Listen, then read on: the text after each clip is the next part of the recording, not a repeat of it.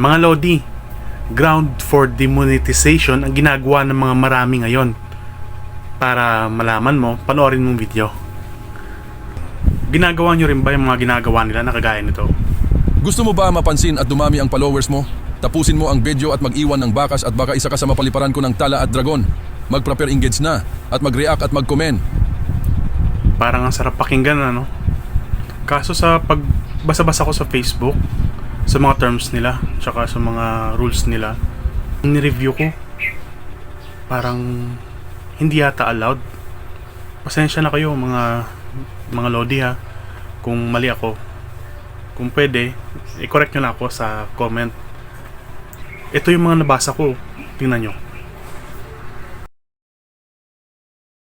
So nakalagay dito sa what's not allowed sa second paragraph, you can't post engagement bait or solicit engagement in your content.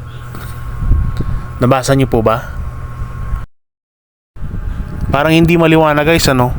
Ito yung isa, try natin. Pasensya na kayo kung mali ako. Correct nyo lang ako sa comment. Pwede ring murahin nyo ako. Pero wag naman sana.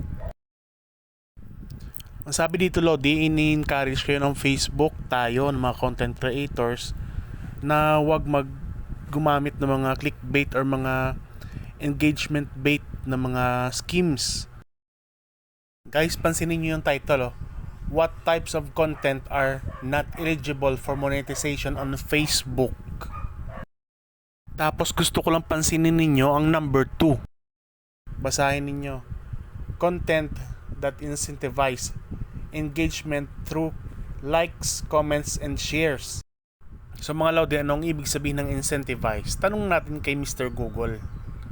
Incentivize. Provide someone with an incentive for doing something. Tandaan nyo guys ha, not allowed ang pinag-uusapan dito. So, does this sound familiar?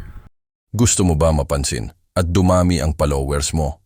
Tapusin mo ang video at mag-iwan ng bakas at baka isa ka sa mapaliparan ko ng tala at dragon. Mag-prepare engage na at mag-react at mag-comment. Mga Lodi, kung mali ako, mas mabuti. Pero paano kung tama ako at one day naglibot si Meta at nakita sa mga account ninyo na na-violate nyo ang mga articles na to or mga rules na to? Sayang yung mga engagement nyo, yung mga earnings nyo, yung mga effort ninyo. Diba? So anyway, kayo pa rin masusunod sa mga gusto ninyo.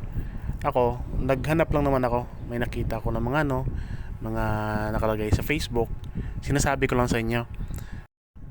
Sa bagay, baguhan pa lang naman ako eh. Kaya wala akong question. Susunod na lang ako sa nire-recommend ng Meta. So gawin niyo kung anong mas mabuti sa palagay ninyo para sa inyo. Yun lang mga Lodi. Paalam.